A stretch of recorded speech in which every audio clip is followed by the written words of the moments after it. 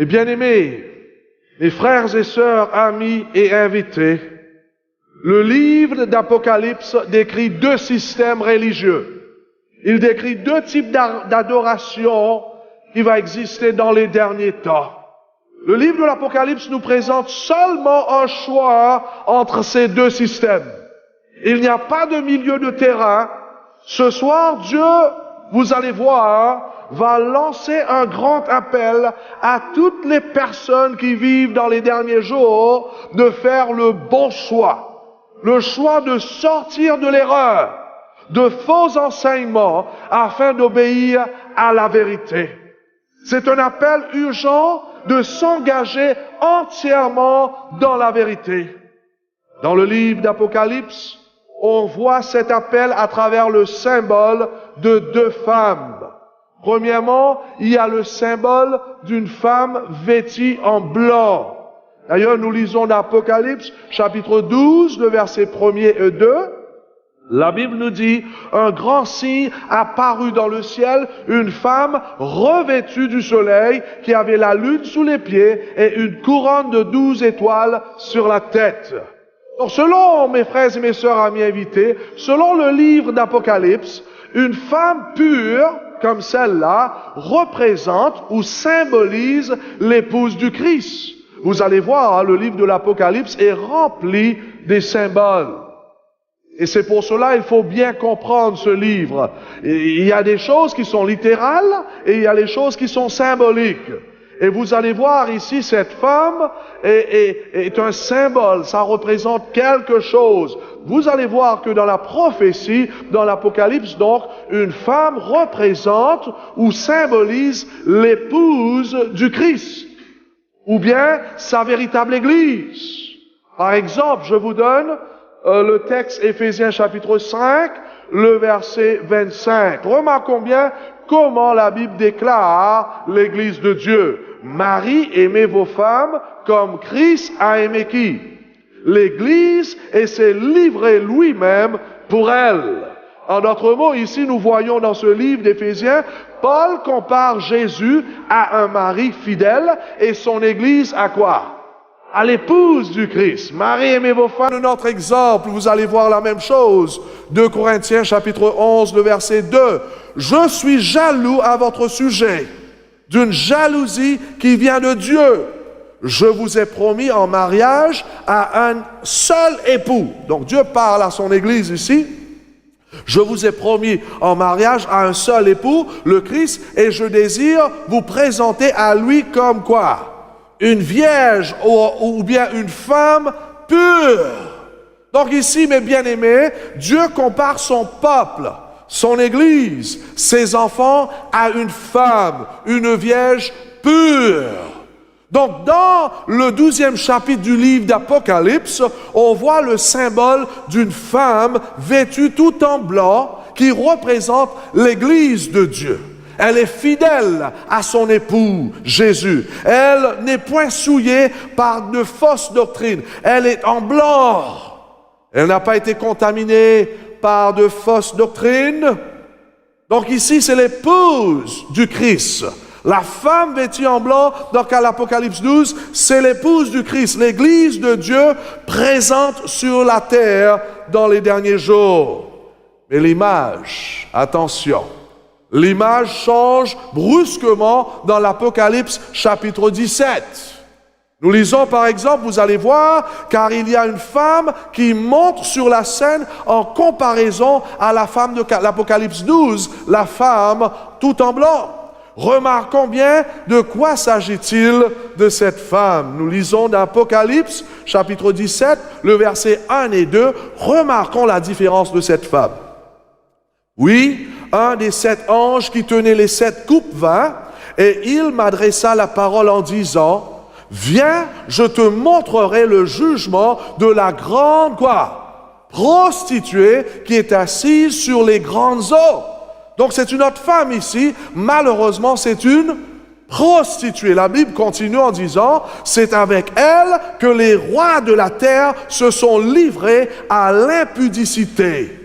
Et c'est du vin de son impudicité que les habitants de la terre se sont enivrés. Voyez-vous, mes frères et mes sœurs, amis invités, c'est une autre femme ici. C'est une prostituée. Et vous savez, une prostituée, c'est une femme qui a abandonné son vrai chéri et qui sort avec plusieurs hommes. Ici, donc, c'est l'image, non pas de la véritable Église, mais à l'Église qui s'est apostasiée. C'est-à-dire l'Église qui est tombée dans l'erreur, dans le péché. D'ailleurs, en rapport de son peuple, vous allez voir, le peuple d'Israël, un jour, Dieu va leur déclarer comme une prostituée. Lisons ensemble, par exemple, dans Ésaïe chapitre 1er, le verset 21 et 22. Remarquons comment Dieu va appeler son peuple à un moment donné. Il dit, Jérusalem, comment se fait-il donc que la cité fidèle soit devenue comment? Une prostituée. Voyez-vous, dans la Bible, donc, une femme, c'est réellement l'Église. Malheureusement, ici, la prostituée de l'Apocalypse chapitre 17, c'est une église déchue, une église tombée. Et voilà, ici, le peuple d'Israël, à un moment donné, a été déclaré par leur Dieu comme une prostituée. Toi, jadis, pourquoi est-ce que Dieu va l'appeler une prostituée? Toi, jadis pleine de droiture, où la justice demeurait, maintenant tu abrites des assassins. Ton argent n'est plus que scorie, et ton vin, le meilleur, est coupé d'eau. Tes chefs sont des rebelles, complices de voleurs. Ils aiment toutes les pots de vin et sont avides de présents. Ils ne défendent pas les droits de l'orphelin. La cause de la veuve jamais ne leur parvient. Donc, mes frères et mes sœurs, amis invités, dans la Bible, ici, nous voyons cette prostituée, c'est l'Église qui est tombée dans le péché, dans l'erreur. C'est un système apostate. La femme de l'Apocalypse chapitre 12, c'est un système déchu. Donc ici dans l'Apocalypse 17, l'Apocalypse 17. Ici dans l'Apocalypse 12, nous voyons l'Église pure, tandis que dans l'Apocalypse 17, c'est l'Église qui est tombée. Une Église qui a corrompu ses enseignements avec de fausses doctrines. De plus, la Bible dit qu'elle est assise sur les grandes eaux. Regardons bien. On étudie l'Apocalypse chapitre 17. Voyons cette église déchue. Et elle, il me dit, les eaux que tu as vues sur lesquelles la prostituée est assise, ce sont des peuples, des foules, des nations et des langues. Qu'est-ce que la Bible est en train de nous dire donc? Ici, en d'autres termes, c'est un système religieux qui domine des milliers de personnes, des foules, des nations et des langues. Donc, c'est un système religieux qui touche toute la terre, même ici à Nouméa. Donc, voici ici un système d'une église déchue, la prostituée, qui a abandonné le Christ, son vrai amour, et qui dirige des peuples, des foules, des nations et des langues. Donc c'est un grand système. La Bible continue en disant, c'est avec elle que les rois de la terre se sont prostitués. Waouh! Qu'est-ce que la Bible est en train de dire de ce système religieux? Note bien cela, les rois de la terre. Car vous savez que les rois de la terre, c'est qui? C'est l'État. C'est des gens politiques.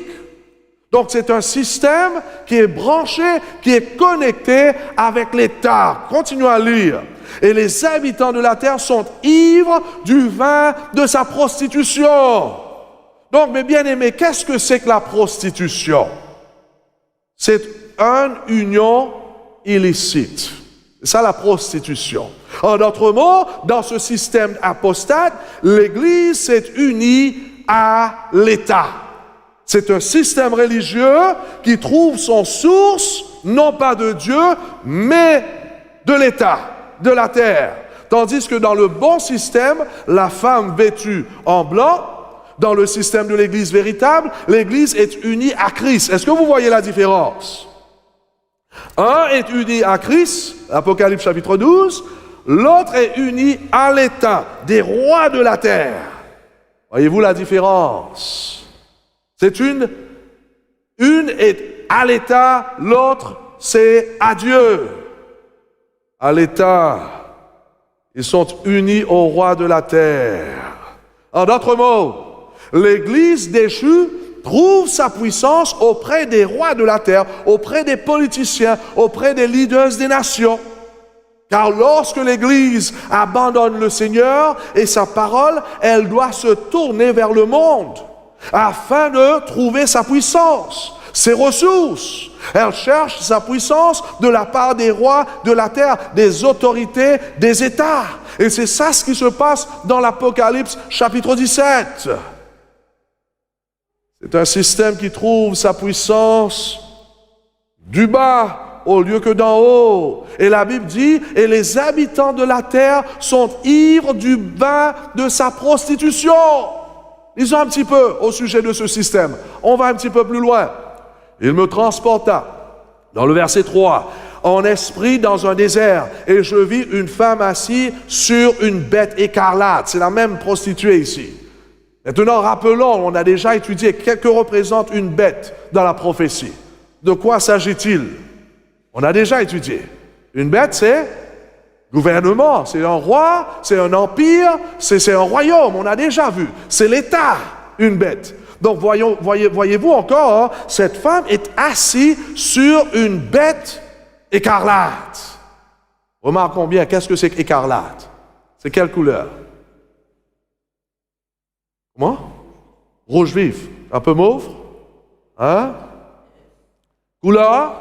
Pourpre? On continue. Plein de noms. Je reprends. Il me transporta en esprit dans un désert, et je vis une femme assise sur une bête écarlate, plein de noms de blasphème, ayant 7 têtes et 10 corps. Donc ici, c'est l'église déchue. La femme, ici, c'est l'église déchue qui obtient sa puissance de la bête, de l'État. De plus, elle a pu convaincre l'État de soutenir ses erreurs.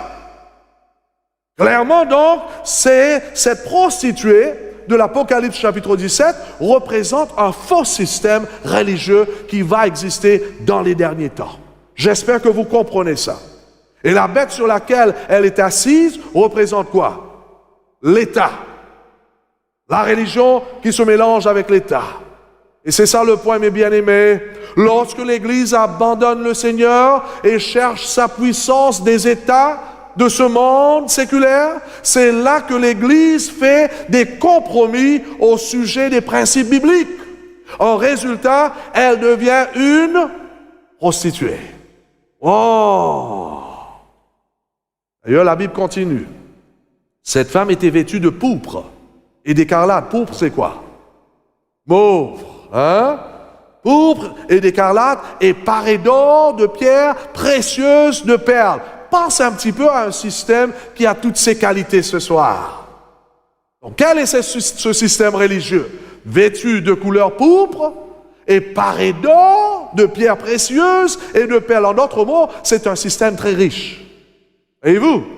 Connaissez-vous un système religieux où leurs dirigeants portent du pourpre et d'écarlate? D'ailleurs, l'Apocalypse donne encore un petit peu plus des informations. Il dit, elle tenait dans sa main une coupe d'or, remplie quoi? D'abominations et des impuretés de sa prostitution. Donc voilà, cette femme qui attrape une coupe d'or, remplie de quoi? D'abominations et des impuretés de sa prostitution. En d'autres mots, entre les mains de cette religion déchue, ce système qui porte les couleurs pourpre et écarlate, il y a une coupe de vin dans sa main. Une coupe qui est remplie d'abominations et des impuretés de sa prostitution. C'est ça ce que la Bible dit. Donc, de quoi s'agit-il ici? Que représentent ces abominations, ces impuretés dans cette coupe-là? Que représente cela? D'ailleurs, remarquons bien, hein, qu'est-ce que cette femme va faire avec cette coupe-là? Je reprends dans le verset 2 et 3. Et les habitants de la terre sont ivres du vin de sa prostitution. Donc, est-ce que vous voyez ce qui se passe ici? Car ici, cette coupe qui contient ces abominations, ces impuretés de sa prostitution, représente quoi? Les fausses doctrines de ce système religieux. Et voilà, cette femme, cette prostituée, passe cette coupe où? aux habitants de la terre. Et les habitants de la terre sont en train de quoi? De boire cette coupe. Ils sont en train d'avaler ces fausses doctrines. Et le monde boit et devient ivre de ses erreurs. Ils deviennent confus par ces fausses doctrines. Est-ce que vous me suivez ce soir? J'espère que vous êtes en train, car c'est sérieux ici. C'est grave. Il y a ces deux. La femme, tout en blanc, qui représente l'épouse du Christ dans les derniers temps. Tandis que de l'autre côté, l'ennemi Satan va mettre en action, dans sa stratégie, comme on a vu hier, un système déchu. Un système qui va être contaminé par les erreurs, et cette femme prostituée va partager à tous les habitants de la terre son ivre. Les gens vont être trompés par ce système. Continuons. Milliers de gens, ainsi bien que des dirigeants politiques, selon cette prophétie, croient dans ce système et sont trompés, la Bible dit. Même de gens de Nouméa, même à Marais, même à la Nouvelle-Calédonie. Maintenant, où se trouve son quartier général de ce système? Est-ce que la Bible nous donne cela? Moi, je suis touché lorsque je lis la Bible et je vois ces détails que Dieu nous donne. Incroyable. Écoute ce que la Bible nous dit ici. Ici, il faut de l'intelligence et de la sagesse. Les 7 têtes sont 7 collines sur lesquelles la femme est assise. Wow! Qu'est-ce que la Bible est en train de dire? En d'autres mots, ce système s'assoit sur une ville qui a 7 collines. Donc la grande question c'est ceci, j'ai mis sur l'écran. Y a-t-il une ville en Europe qui est la capitale d'une religion? Un système politico-religieux dont le dirigeant de cette Église a influencé des leaders politiques d'Europe pendant des siècles, et cette ville est érigée sur cette colline. Est-ce qu'il y a? Bien sûr, c'est quoi? C'est Rome, Vatican. Mais bien aimé, c'est incroyable car vous allez voir, il existe une seule ville dans le monde qui représente à cette description-là. C'est Rome papale. C'est la papauté de Rome, c'est le Vatican. D'ailleurs, le système de l'Église, c'est pour cela déchu, d'Apocalypse 17, a des couleurs de pourpre, des dirigeants, et de rouge écarlate. Elle est très riche, oui ou non? Ah oui? Elle est très riche et elle se trouve sur une ville à 7 collines. C'est ça ce qui est incroyable. Est-ce que tout le monde écoute? Si votre mari dort, lève ton mari. Amen, il a besoin d'entendre. Si ta femme dort, lève ta femme. C'est sérieux ici, c'est pas le prédicateur qui parle, mais c'est Dieu. La parole de Dieu, c'est la voix de Dieu. Donc, mes frères et mes sœurs, la coupe de vin d'or dans sa main représente l'ivresse de ces fausses doctrines. De nouveau ce soir, j'aimerais vous rappeler encore une fois que la Bible ici n'est pas en train de parler des gens. Car Dieu aime des gens. Dieu n'est pas en train d'attaquer les personnes qui vont dans ces églises, représentées par l'Église de Rome. Dieu aime les gens. Dieu est en train de parler d'un système qui est tombé. Voyez-vous? Parce que Dieu nous aime, Dieu veut nous avertir qu'il y a des choses qui s'est produites au sein du christianisme. Et Dieu est en train d'avertir que vraiment, il y a des décisions à prendre. Il y a des vérités à connaître, afin que nous ne soyons pas trompés par ce système.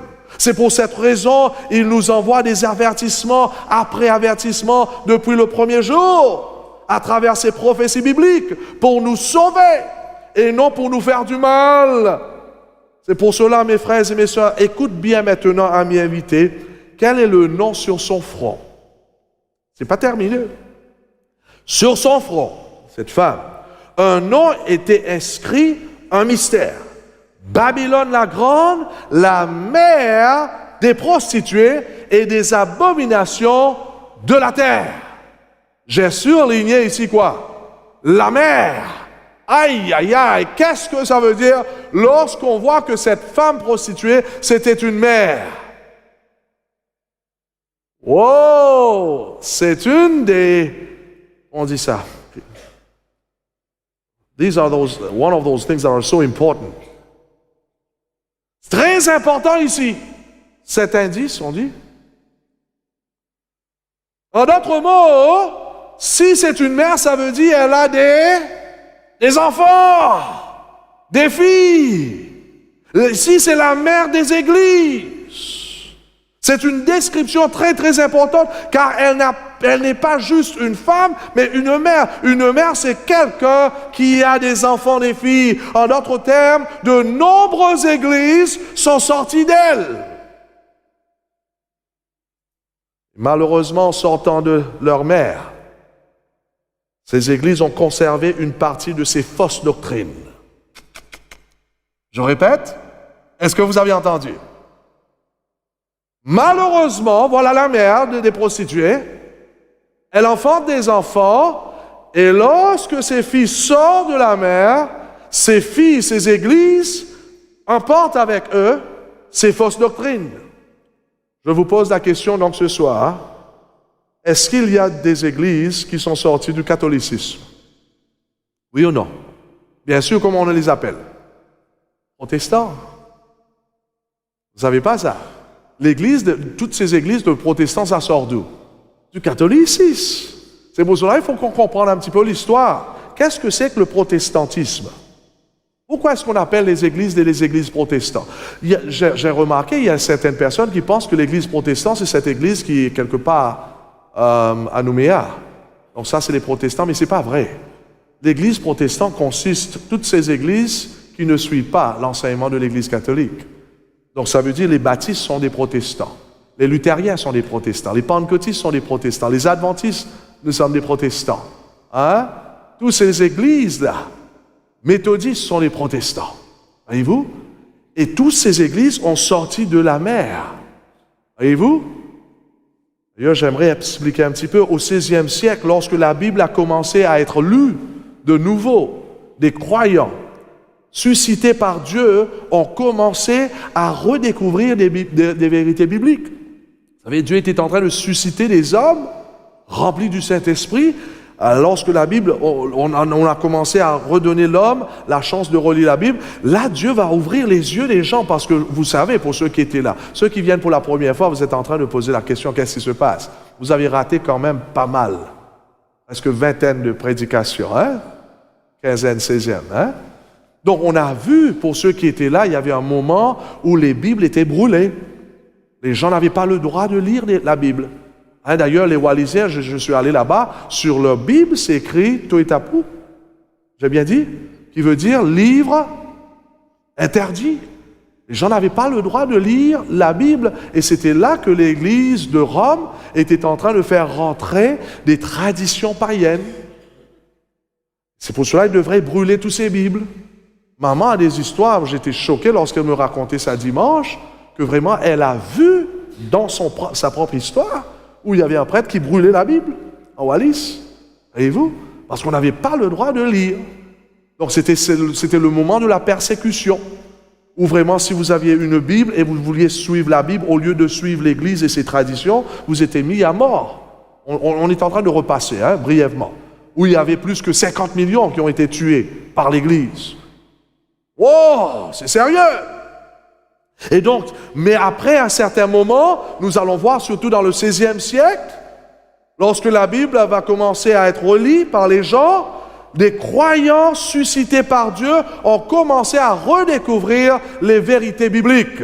C'était là que vraiment, on avait des hommes et des femmes. Dieu va susciter des personnes telles comme Calvin, Zwingli, John Hus. Lisez un petit peu, comme je vous ai dit. Arrête de passer toute votre heure devant le Facebook. Lisez la Bible. Lisez l'histoire. Connaître la vérité. Hein? Donc, on appelait cela le mouvement protestant. Car il s'agissait notamment de protester contre les enseignements de l'Église catholique. Par exemple, il y avait Martin Luther. Vous avez entendu parler de Martin Luther? Martin Luther, c'était un catholique, un prêtre catholique, très dévoué. Voilà. Martin Luther était un prêtre catholique allemand et professeur de théologie. Dans les années 1546. Et voilà, très jeune dans son ministère, Martin Luther a commencé à sérieusement étudier la Bible et a constaté que son Église de Rome enseignait l'exact opposé de ce que la Bible enseignait. Et voilà, il va voir son Église en leur disant, en leur montrant, mais écoute, il y a des choses qui n'est pas en règle. On n'est pas en train de suivre la Bible, il disait. Martin va décider de clarifier les enseignements de son Église vis-à-vis de la parole. Finalement, il réalisait que vraiment ce que l'Église enseignait, c'était carrément opposé. Et c'est là qu'il va clouer sur une des églises les 80 combien? 15 thèses. 95 différences que l'Église pratiquait à ce temps-là, qui étaient contre la Bible. La base, bien sûr, du découvert de cet homme, c'était le salut par la foi. Qu'on est sauvé non pas par l'Église, parce que l'Église était en train d'enseigner qu'on est sauvé par l'Église, par les sacrements, et voilà Martin qui vient et disant, non, selon la Bible, on est sauvé par quoi? Par la foi. On est sauvé par Jésus et par son sang. Et c'est là que vraiment l'Église luthérienne était formée. Est-ce que vous suivez? C'est une des églises protestantes. Mais Dieu suscitait encore des autres hommes. John Wesley, par exemple. Et Dieu va le servir afin de voir des autres vérités que l'Église Rome avait cachées. Donc, une après l'autre, ces dirigeants, ces réformateurs vont voir les vérités. John Wesley va voir au sujet de quoi? La sainteté, la sanctification. Et c'est là qu'il va prêcher au sujet de ça. Et là, on aura un mouvement de John Wesley, l'Église méthodiste, qui sort. Voyez-vous? Et il y avait les autres encore. Donc, on va voir plusieurs de ces groupes protestants. Dieu suscita d'autres personnes qui ont redécouvert d'autres vérités. Calvin, par exemple. Au sujet du baptême par immersion. C'était les baptistes qui vont voir. Car l'Église, Rome, avait enseigné comment on se fait baptiser. On baptise les bébés. Donc, tous ces mouvements protestants, Dieu va leur servir afin de montrer quelque chose. Et c'était là que le mouvement de l'Église protestante a commencé. C'est des églises qui sortaient du catholicisme. Mais malheureusement, quand ces différentes églises protestantes quittent le catholicisme, quand ces enfants, lorsque ces filles de la prostituée sortaient de leur mère, ils apportèrent avec eux beaucoup d'enseignements erronés de l'Église. Mère, des enseignements païens malheureusement. On a étudié déjà ça. Les traditions, malheureusement, lorsqu'ils vont voir une vérité, au lieu de continuer à fouiller la Bible et de voir toute la vérité, ils étaient contents de voir cette vérité. Ils sont allés dormir avec la vérité. Vous comprenez là? C'est pour ça que demain, vous ne devrez pas rater. On n'arrête pas ce soir. Vous allez voir qu'est-ce qui va se passer. Ça ne termine pas là. Mais le point ce soir, c'est ceci. Lorsqu'ils voyaient ces vérités, ils arrêtent là en pratiquant encore certaines traditions de l'Église Rome. Donc c'est pour cela que vous allez voir ce soir, Babylone n'est pas seulement l'église de Rome, mais elle inclut les églises protestantes qui ont été contaminées par les erreurs de Vatican. J'espère que vous comprenez cela. Donc mes chers amis, c'est ce que la Bible nous dit ce soir et non pas le prédicateur. Qu'est-ce que nous disons? C'est la Bible qui parle. Et n'oubliez pas, Dieu parle ici d'un système, non pas aux croyants qui vont à cette église. Est-ce que vous comprenez cela? Dieu a ses enfants dans toutes ses églises. Même dans l'église de Rome, il y a beaucoup, tout à l'heure vous allez voir, beaucoup de ses enfants qui sont encore là-bas. Je crois que Dieu a aussi ses enfants dans toutes les autres religions. Dans l'église de baptiste, presbytérien, pentecôtiste, dans toutes ces religions, Dieu a ses enfants. Dans le catholicisme et partout. Dans le témoin de Jéhovah, Dieu aime ses enfants. Et Dieu veut montrer, ça n'arrête pas là, même si Dieu a ses enfants là-bas, Dieu veut leur montrer à tous ces chrétiens ces vérités qui sauvent. Car Christ est la vérité. Amen. Donc, ici nous voyons la femme prostituée. C'est le système qui est en difficulté ici. C'est pas les croyants qui vont. Bien sûr, si on suit ce système, on est dans des difficultés. Mais ici, Dieu parle au sujet d'un système que l'ennemi va mettre en place dans les derniers jours afin de confondre les gens, afin de diriger les gens vers la perdition, exactement comme le diable va servir Judas pour trahir Jésus. Voilà, dans les derniers temps, Satan sert ce système afin de trahir la vérité. Malheureusement, parce que nous vivons dans un monde déchu qui est tombé, c'est une réalité aujourd'hui. Maintenant, remarquons à nouveau ce que dit la Bible en rapport de ce système. C'est incroyable. Sur son front, sur son front,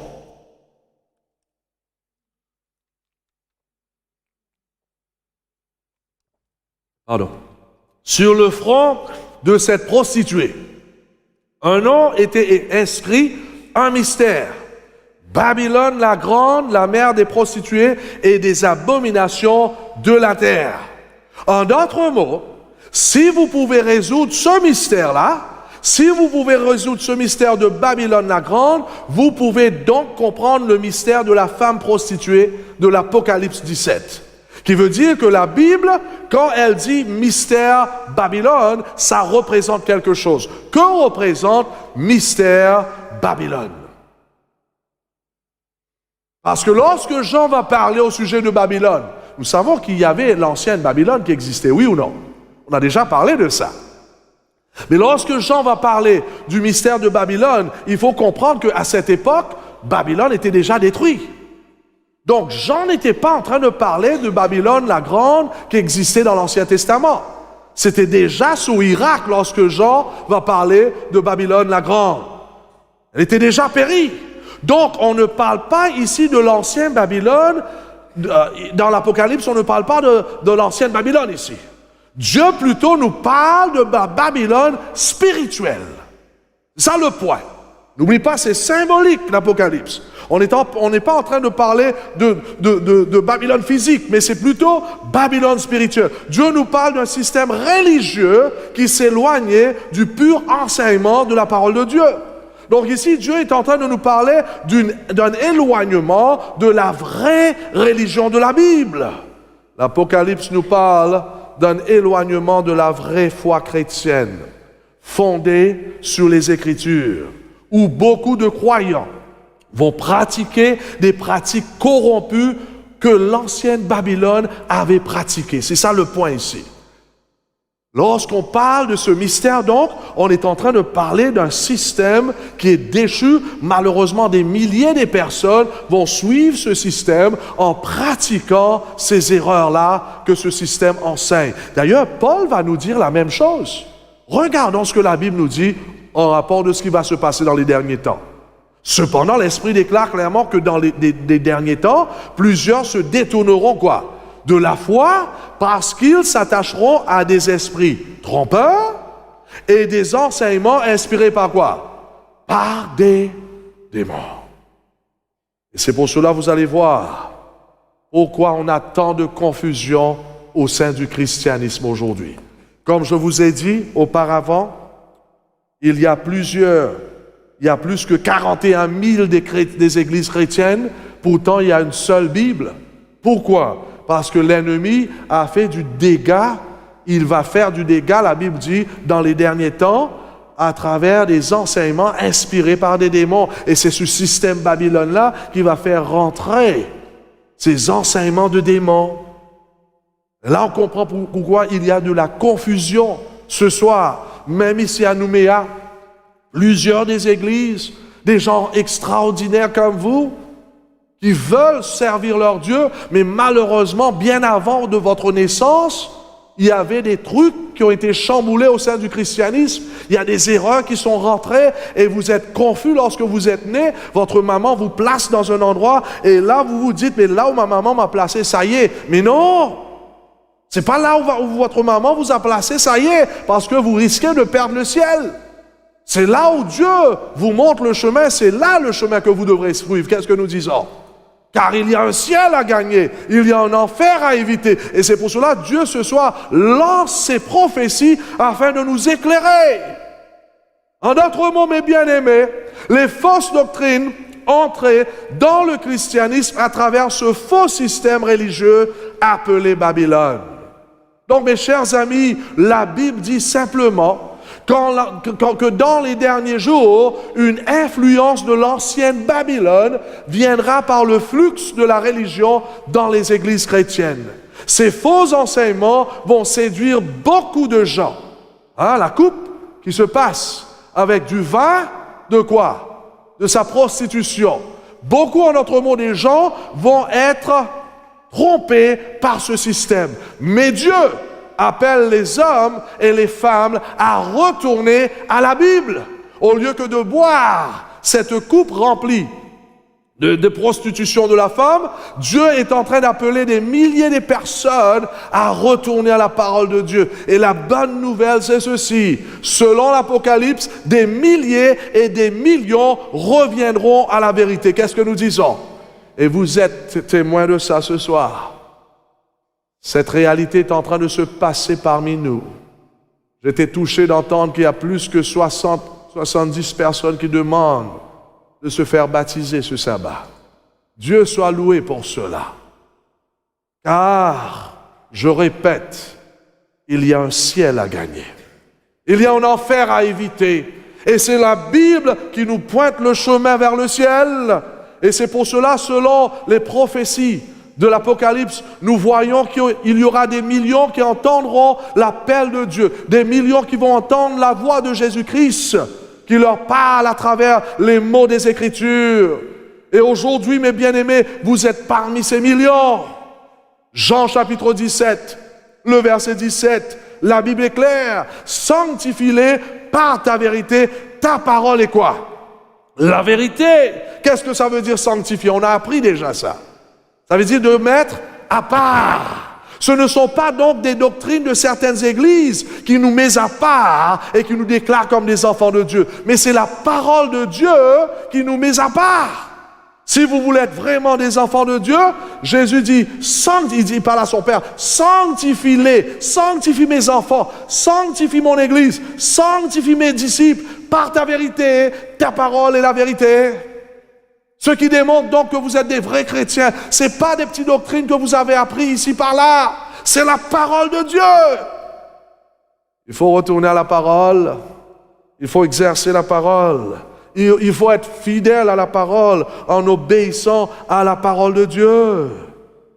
Ce n'est pas votre appartenance à une église soi-disant chrétienne qui te qualifiera pour le ciel ou qui te qualifiera afin d'être un disciple, mais c'est la vérité. Est-ce que vous êtes en train de suivre la vérité ce soir? Est-ce que votre vie est fondée sur la parole de Dieu? Est-ce que votre souci, c'est de connaître toute la vérité afin que vous suivez tout ce que Dieu vous dit de faire? C'est ça la question pour vous ce soir. Donc, qu'est-ce que c'est que Babylone? Parce qu'il dit le mystère, c'est Babylone la grande. En d'autres mots, il y aura des influences de l'ancienne Babylone qui vont rentrer au sein du christianisme. Et dans les derniers jours, les chrétiens du dernier temps vont pratiquer ces pratiques de Babylone. Voyons ce que la Bible nous enseigne à propos, du Babylone. Car il y aura une influence de l'ancienne Babylone qui viendra dans l'Église, qui vont affecter les chrétiens des derniers jours. Donc, comment est-ce que Babylone va commencer? Est-ce que vous vous rappelez? Babylone commençait comment? Selon le livre de la Genèse. Le mot Babylone, il y a le mot quoi dedans? Babel. Vous vous rappelez la tour de Babel? Hein? Quand est-ce que la tour de Babel a été construite? C'était dans l'Ancien Testament. C'était dès la fin du déluge, il y avait un groupe. Après, est-ce que vraiment Dieu, pour ceux qui ne connaissent pas, il y avait un moment que Dieu vraiment va frapper le monde, parce que le monde vivait dans le péché. Genèse chapitre 6 du verset 5 et à suivre. Et finalement, lorsque Dieu regardait dans le monde, il n'y avait que le péché. Tout le cœur était tourné vers le mal. Même si Dieu allait leur donner encore 100 ans, 200 ans, les gens aimaient le mal. Et finalement, le péché du monde était arrivé jusqu'au ciel, la Bible dit. Et c'est là que Dieu va dire, il va détruire la terre. Et c'est là que Dieu va choisir Noé afin de prêcher l'évangile pendant 120 ans. afin que les gens puissent se repentir, donner leur vie. Mais voilà, malheureusement, après ces quelques temps, 120 ans, les gens préféraient de suivre le mal, de se jouir dans le péché. Et la Bible nous dit que c'était seulement Noé et sa famille qui sont rentrés dans l'arche avec les animaux. Et vous savez, après que le déluge était parti, juste dans la fin du déluge, Dieu va promettre à ses enfants que la terre n'allait plus être détruite par l'eau. Qu'est-ce que Dieu va faire? Il va donner quoi? L'arc-en-ciel. Hein? C'était une promesse de la part de Dieu afin que l'homme puisse savoir que la terre n'allait plus être détruite encore quoi? Par le feu. Donc mes frères et mes sœurs, dès la fin du déluge, il y avait un groupe malheureusement, un groupe d'hommes et femmes qui s'est rebellé contre Dieu. Dieu va dire, ne vous en faites pas, il n'y aura plus de déluge. Le monde va plus être détruit par l'eau. Mais malheureusement, il y avait ce groupe de personnes. Ils vont construire un tour qui est connu étant le tour de Babel. Vous rappelez l'histoire. En d'autres mots, mes frères et mes sœurs, amis invités, ces gens-là vont se rebeller contre la promesse de Dieu, contre la parole de Dieu. Ils ne vont pas croire que Dieu va être resté fidèle à sa parole. Et ces hommes-là vont construire la tour de Babel parce qu'ils la construisaient pour défier Dieu. Ils n'ont pas accepté la parole de Dieu que le monde ne serait plus jamais détruit par l'eau. Ils ont apporté leur propre croyance. Ils ont remplacé la parole de Dieu par leur propre plan du salut. Voyez-vous, Dieu va dire, je vais vous protéger, je vais être avec vous, je vais vous sauver, mais eux, ils vont construire leur propre plan de se protéger, de se sauver. Ils ont contrefait la parole de Dieu avec leur propre invention. Pourquoi? Parce qu'il y avait de la rébellion dans leur cœur. Ils se sont détournés de la promesse de Dieu, de la promesse de sa protection, vers un plan humain pour se protéger eux-mêmes. En conséquence, finalement, regardons ce que la Bible nous dit. Dieu a confondu leur langue. C'est pourquoi on l'appela du nom de Babel, car c'est là que l'Éternel confondit le langage de toute la terre. Confondit. C'était là d'ailleurs que vraiment, à un moment donné, ils étaient en train de se préparer là ici, et lorsqu'ils commençaient à parler, wow, là on voyait toutes les langues. Peut-être la langue mélanésienne a commencé là. Hein? Wallisien aussi peut-être.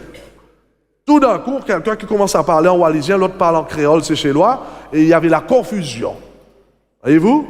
Donc c'était là que ça a commencé. La ville de Babylone, mes frères et mes sœurs, était donc construite sur le site de la tour de Babel. Donc lorsque vous pensez à Babylone, cela veut dire quoi? Confusion. Ça, c'est ça Babylone. C'est la confusion. Lorsque l'Apocalypse donc nous parle de Babylone, c'est la Babylone spirituelle. Ce sont ces systèmes religieux qui vont enseigner des idées humaines, les mots, les enseignements, les traditions humaines. Ils vont mélanger ces traditions avec la parole de Dieu et résultat c'est quoi? La confusion. Est-ce que vous suivez? C'est la confusion. En conséquence, une telle église perd de sa puissance pour sauver l'âme. Babylone ne peut pas sauver les gens parce que c'est la vérité qui sauve. Babylone prêche, enseigne que des traditions humaines. C'est pour cela qu'il n'y a pas la vraie repentance dans ces systèmes. C'est pour cela, mes frères et mes sœurs, si on veut être des disciples, c'est seulement la Bible qui va nous faire des disciples. Seulement la parole de Dieu.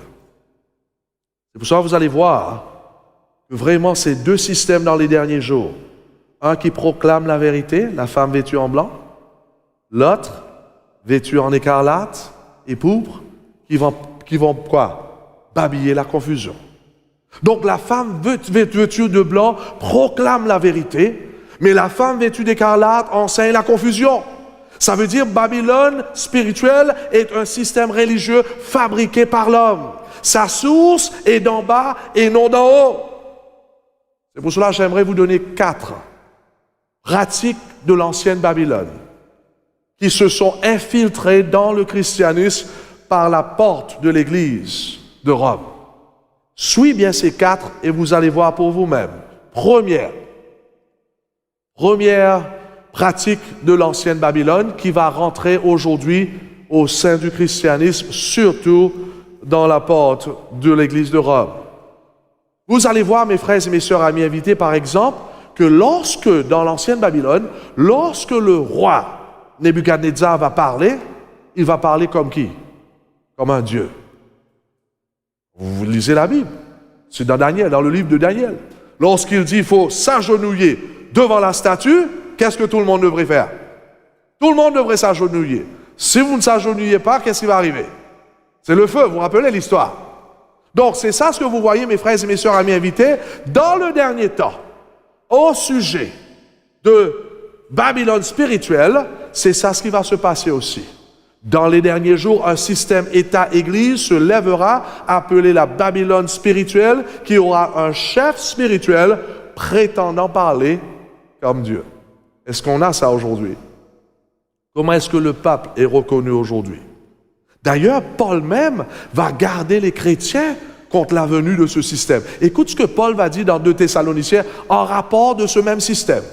Il dit, l'adversaire qui s'élèvera au-dessus de qui? De tout ce qu'on appelle Dieu ou de ce qu'on adore jusqu'à s'asseoir dans le temple de Dieu, se proclamant lui-même Dieu. Je vous pose la question, est-ce qu'aujourd'hui, l'Église de Rome confirme que vraiment leur leader, le pape, est Dieu sur terre? Oui ou non? On a déjà vu cela. Laisse-moi vous donner des citations de la part de l'Église catholique. Le pape est d'une si grande dignité et si exalté qu'il n'est pas qu'un homme, mais comme s'il était qui? Dieu et le vicaire de Dieu. Le vicaire, c'est quoi? Remplaçant? Représentant? Le pape est comme s'il était le vicaire de Dieu sur la terre, le chef, roi des rois, ayant la plénitude du pouvoir.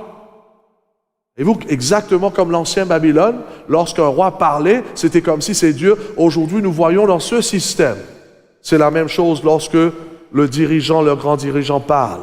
Une autre citation, nous tenons sur cette terre la place de Dieu Tout-Puissant, l'enseignement suprême dans l'Église et le pontife romain.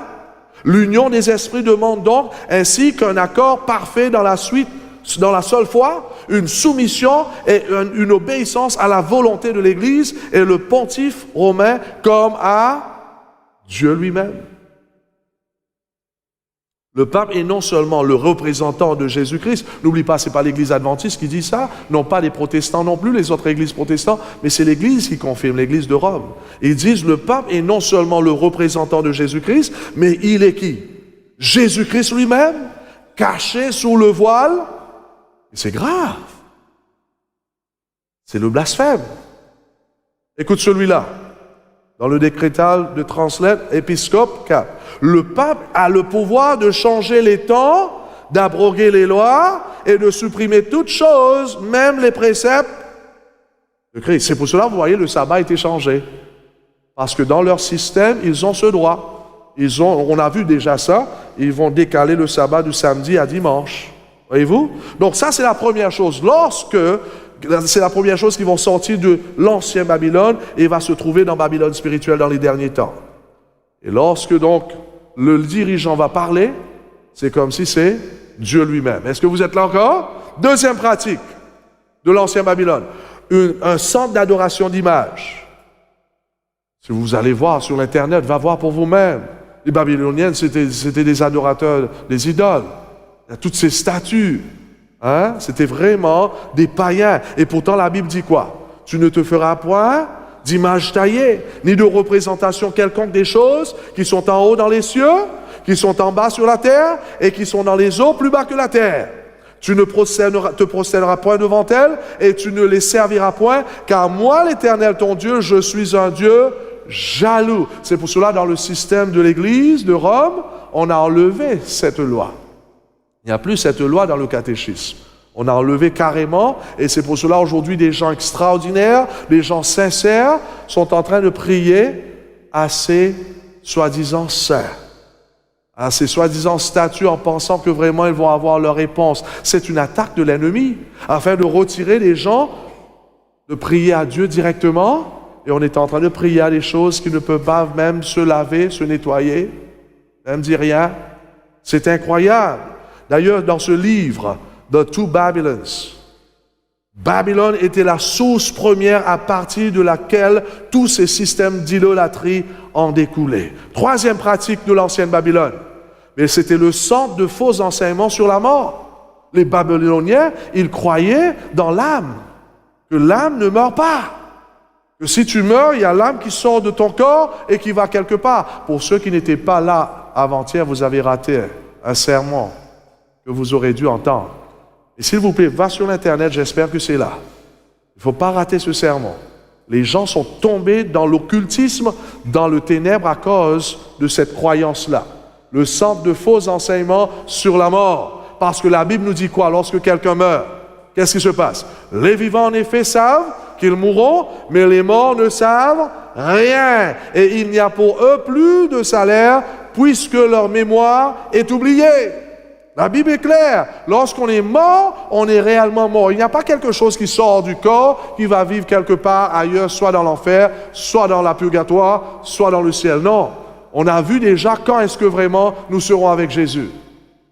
Lorsqu'il revient, il y aura le jugement. Là, nous serons avec Jésus. On a vu ça clairement. Ok, je vous donne un autre texte. Psaume 115, verset 17. Ce ne sont pas les morts qui célèbrent l'Éternel, ce n'est aucun de ceux qui descendent dans le lieu du silence.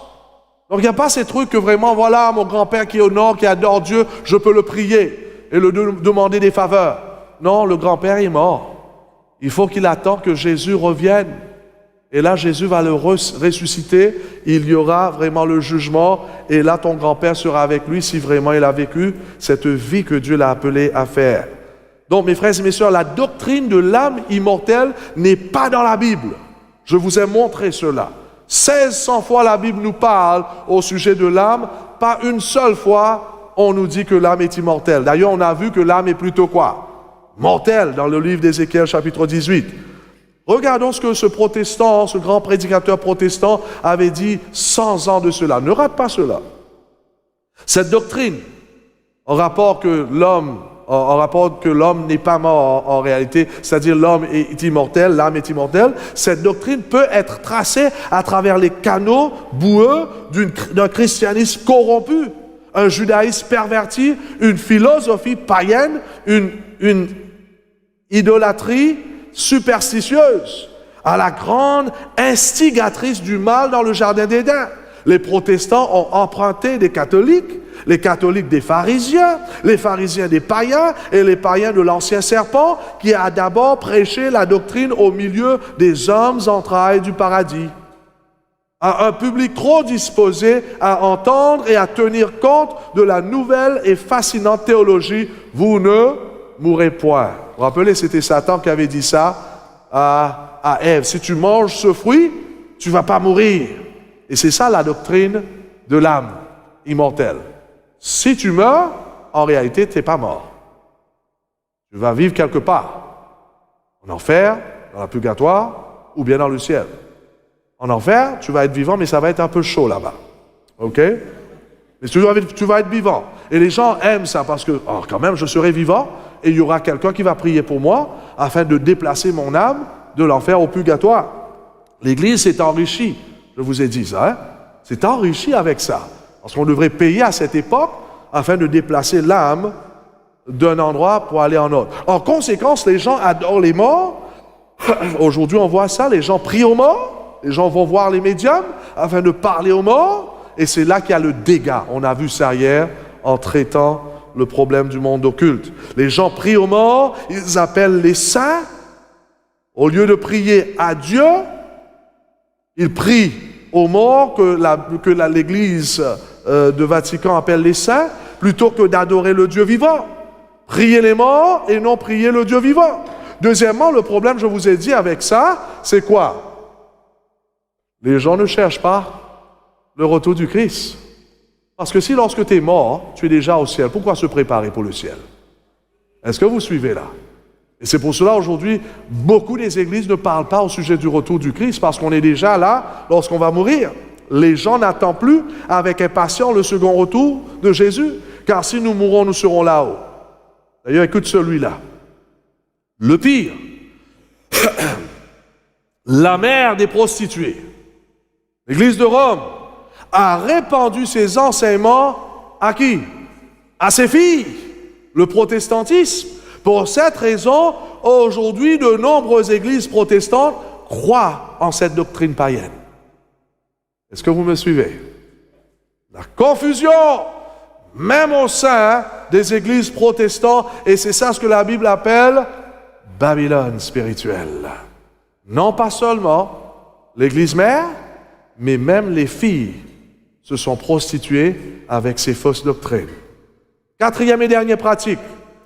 Le centre, Babylone était le centre de l'adoration du soleil. D'ailleurs, écoute ce que nous voyons ici selon nos frères catholiques. Dans l'ancien Babylone, le soleil a été adoré durant des temps immémoriaux. Les Babyloniens, par exemple, vous allez voir, ils observaient le premier jour de la semaine, qui est le jour du dimanche. En anglais, comment on appelle ça? Sunday. C'est pour ça que vous allez voir, les Babyloniens adoraient le dieu du soleil. C'était leur plus grand dieu d'ailleurs. Ils adoraient les astres au lieu que d'adorer Dieu, le dieu des astres. Lundi, ils adoraient le dieu de la lune. C'est pour ça qu'on appelle comment? Lundi, lune. Mardi, Mars. Mercredi, Mercure. Donc, les Babyloniens, ils adoraient le dieu du soleil le jour du dimanche. Et cette observation du premier jour de la semaine entra dans l'Église à travers la femme prostituée. Nous avons vu déjà comment le pape a confirmé. L'Église du Vatican, ils ont confirmé que c'est eux qui ont changé ce jour de samedi à dimanche. D'ailleurs, la question a été posée. Comment le jour d'adoration chrétienne changea de samedi au dimanche? Le catéchisme catholique de la doctrine catholique nous dit, quel est le jour du sabbat? Ils disent clairement, samedi est le jour du sabbat. Deuxième question, pourquoi observons-nous le dimanche au lieu du samedi? Nous observons le dimanche car l'Église catholique, dans son concile de Laodicée, a transféré la solennité du samedi au... Vous savez, dans la Bible, on ne va pas voir ça. S'il y a quelqu'un qui peut trouver un texte biblique où Dieu va changer le sabbat de samedi à dimanche, vous aurez 1 million. 1 million, c'est pas beaucoup ici. 100 millions, on donne? Ok, Jean-Marc est prêt à vous donner 100 millions. Cherche un texte dans la Bible où la Bible nous dit que Dieu va changer le jour du sabbat de samedi à dimanche. Vous n'allez pas voir. C'est Vatican qui ont changé. C'était une pratique païenne dans l'ancienne Babylone. Ils adoraient le dieu du soleil dimanche et ça va être infiltré dans le christianisme. D'ailleurs, Cardinal, le grand catholique, il dit, vous pouvez lire la Bible depuis la Genèse jusqu'à l'Apocalypse et vous ne trouverez pas une seule ligne autorisant, établissant la sanctification du dimanche. Les Écritures ordonnent la religieuse observance du samedi, jour que nous ne sanctifions jamais. Question, par quelle autorité de la Bible le sabbat a été changé du samedi au dimanche? Qui a donné l'autorité au pape de changer un commandement de Dieu?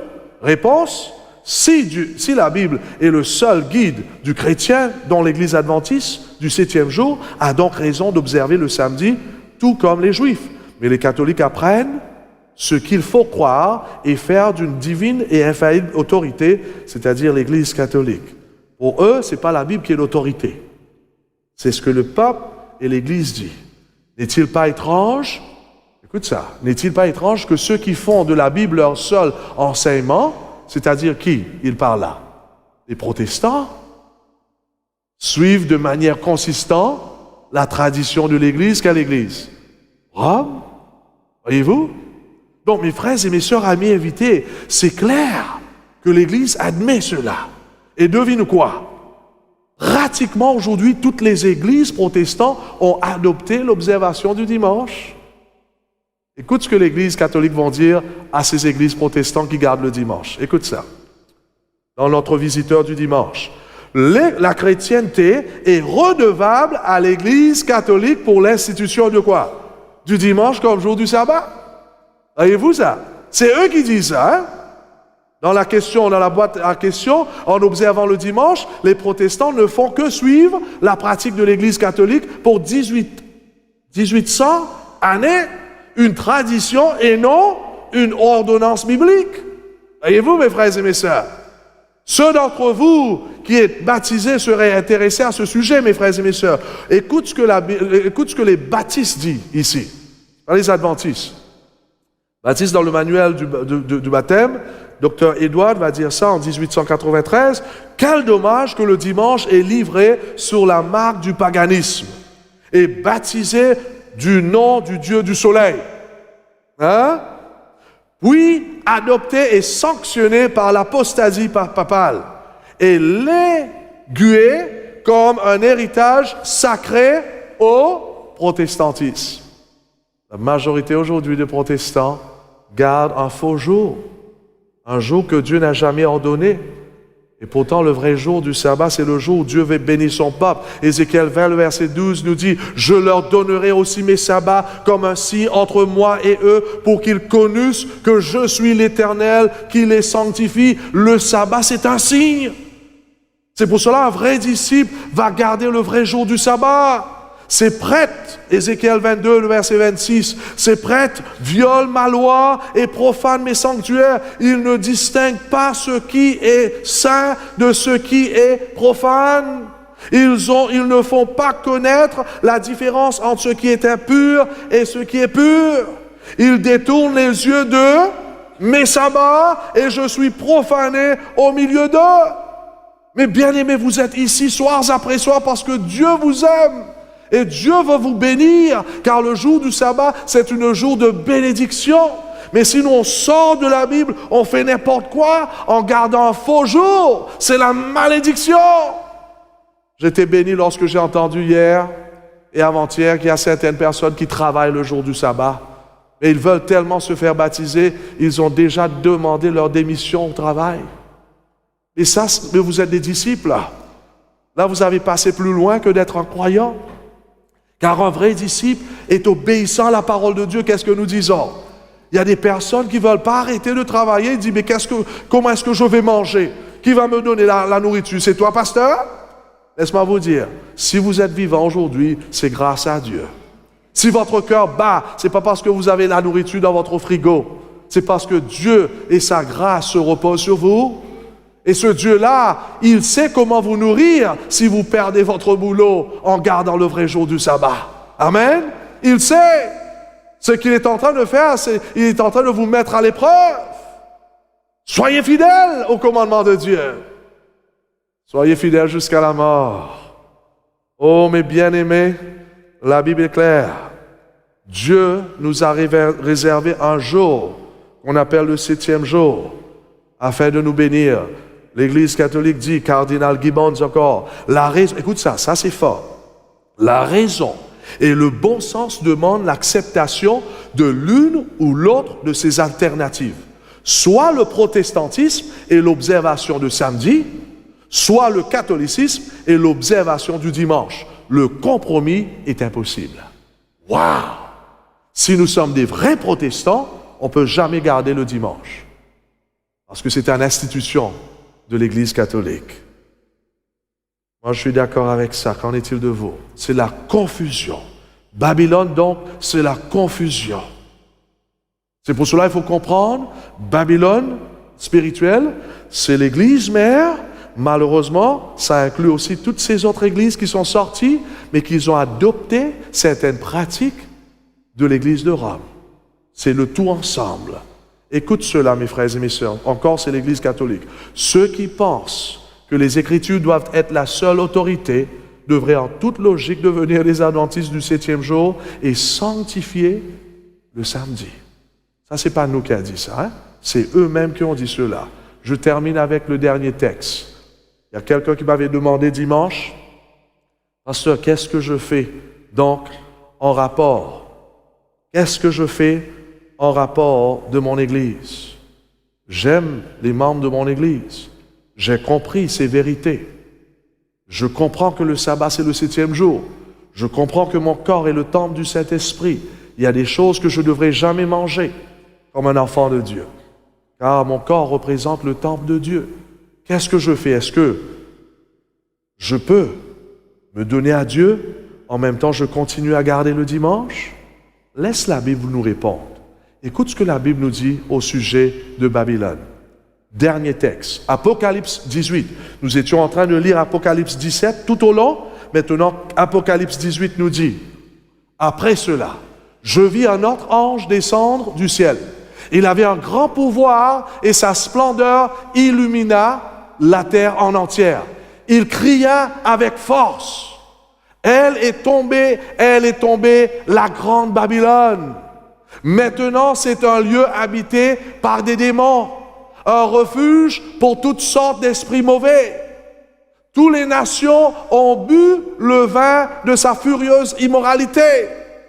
Et la Bible continue. Les rois de la terre se sont livrés à l'immoralité avec elle, et les marchands de la terre se sont enrichis de son luxe démesuré. Puis j'ai entendu, voilà, une autre voix qui venait du ciel en disait, sortez du milieu d'elle, mon peuple, afin de ne pas être complice de ses péchés, et de ne pas subir avec elle les fléaux qui vont la frapper. Car ses péchés se sont entassés jusqu'au ciel et Dieu n'a pas oublié ses iniquités. La Bible est claire. Il faut sortir de l'erreur. Il faut arrêter de pratiquer les erreurs. Il faut commencer à pratiquer la vérité, mes frères et mes sœurs. Nul ne peut servir 2 maîtres à la fois. Matthieu chapitre 6, le verset 24. Il y a des gens qui disent, « Pasteur, j'ai bien compris, je vais garder le sabbat. » Maintenant, mais je vais continuer à retourner dans les églises de dimanche. Nul ne peut servir 2 maîtres à la fois. Il faut choisir. Et c'est pour cela, quelquefois, lorsque Jésus prêchait, ça faisait du mal. Lorsque nous lisons dans Jean, chapitre 6, il y avait un moment donné, Jésus était en train de prêcher le message, que pratiquement tout le monde l'avait quitté. Parce que la Bible dit que c'était dur lorsqu'il prêchait. Et d'ailleurs, Jésus, dans le verset 66, Jésus tourne vers ses disciples et dit, est-ce que vous aussi, vous allez me quitter parce que je vous dis la vérité? Ce soir, Dieu vous lance un défi. Dieu vous aime tellement. Dieu veut vous avertir que Babylone est tombée. Et Babylone n'est pas seulement la prostituée, mais c'est une mère avec ses enfants, avec les églises protestantes qui sont tombées dans l'erreur. Aujourd'hui, le problème, ce n'est pas seulement avec le sabbat, avec les églises protestantes, mais il y a les autres choses. Comme je vous ai dit, l'immortalité de l'âme. Il y a les autres choses. Les gens mangent n'importe quoi, fument et boivent, et ils se disent des chrétiennes. C'est pas biblique. Un disciple, c'est un enfant de Dieu qui garde son corps comme le temple de Dieu. C'est pour cela, pour ceux qui se préparent pour le ciel, pour ceux qui se préparent pour l'éternité, il y a un choix à faire. Et ce choix, c'est vous qui décidez. Ce n'est pas Dieu, non plus le pasteur. Mais la bonne nouvelle, c'est ceci. Celui qui décide de lâcher le mal, de renoncer le péché, de renoncer tous ces enseignements diaboliques, Paul dit, ces enseignements de tradition, et qui prend la vérité en obéissant à la vérité, préparez-vous pour le ciel, car Dieu vous attend. J'aimerais être parmi ces gens-là. Je me rappelle, j'étais en Wallis, à Samoa, en 2013, Et voilà, j'étais en train de prêcher à plusieurs personnes. Il y avait un médecin qui était parmi nous, très, très dévoué dans le catholicisme. Elle a aidé l'Église financièrement, elle avait des positions dans l'Église. Lorsque j'avais prêché le message sur la petite corde, vous étiez là lorsque j'ai prêché. Lorsqu'on a vu que vraiment le système, c'était l'Église de Rome, elle me disait le lendemain qu'elle a pleuré pratiquement toute la nuit parce qu'elle aimait son Église.